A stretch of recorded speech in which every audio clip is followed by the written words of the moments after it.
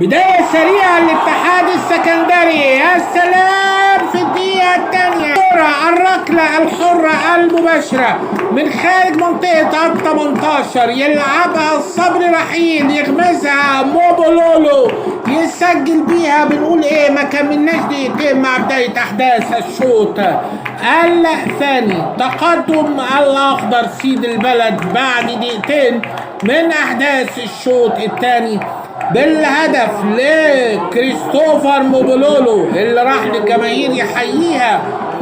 بداية سريعة اتحادوية مع احداث هذا الشوط. 1-0 انما اتلعبت حلوة من صبري رحيل.